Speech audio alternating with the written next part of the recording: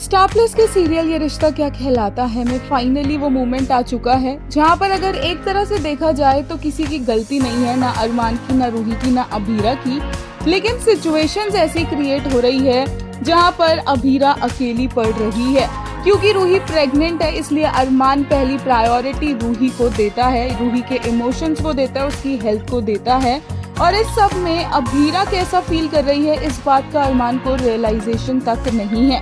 खैर, अभीरा के ही डिसीजंस उसे इस सिचुएशन में लेकर आए हैं, लेकिन अभीरा का इस तरह से फील करना बिल्कुल भी गलत नहीं है। और अब तो बात यहाँ तक पहुँच जाएगी कि अभीरा रूही की तरह बनने की कोशिश करेगी, रूही की तरह फील करने की कोशिश करेगी, क्योंकि अभीरा इतनी अच्छी है कि उसे लगेगा कि वो ही गलत सोच रही है, उसे नहीं ऐसा फील करना चाहिए अरमान और रूही को साथ में देखकर, इसलिए वो बीच बीच में ऐसी हरकतें करेगी। आने वाले एपिसोड में वो रूही की तरह कंफर्टेबल चप्पलें पहन लेगी ऑफिस जाने के लिए, जबकि वो उसके आउटफिट से मैच भी नहीं हो रहा होगा और विद्या उसे टोकेगी भी। वही हम आपको बता दें, रूही अरमान के साथ इतनी कंफर्टेबल हो गई है कि अब उसे नींद में भी कोई चीज परेशान कर रही है तो वो अरमान का नाम ले रही है, विच इज वेरी स्कैरी।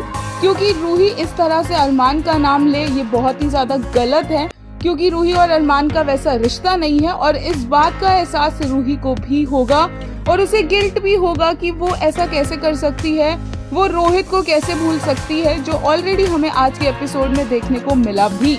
लेकिन अभीरा हर बार इसी तरह अपने आप को पीछे रखेगी और हर बार इसी तरह अभीरा को बुरा लगेगा और शायद अरमान को बहुत लंबे वक्त तक इस बात का रियलाइजेशन भी ना हो कि अभीरा कैसा फील कर रही है। आज का एपिसोड देखने के बाद fans were very disappointed, specially Arman और रूही के साथ वाले सीन्स देखकर। एक यूजर ने कहा, thank you so much DKP for ruining all the plans in a second. DKP, are you serious? You gave this gorgeous look to her for a minute in an episode.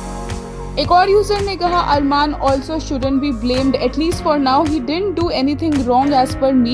Also we won't anything about future. एक और user ने कहा, EU Abhira was clearly feeling uncomfortable. वहीं एक ने कहा, female lead versus male lead doesn't exist for Abhimaan fans. I feel bad for our leads. They are destroying leads' potential. Let's appreciate them in this pathetic storyline. Still, they are up to mark and giving their 100%. So proud of them. Lots of love for Sam and Rohit. अब इस तरह से fans अपनी अपनी side choose कर रहे हैं और कुछ लोग कह रहे हैं कि वो फॉरएवर अभिमान को ही चूज करेंगे। आपको क्या लगता है कि इस सिचुएशन में कौन सही और कौन गलत?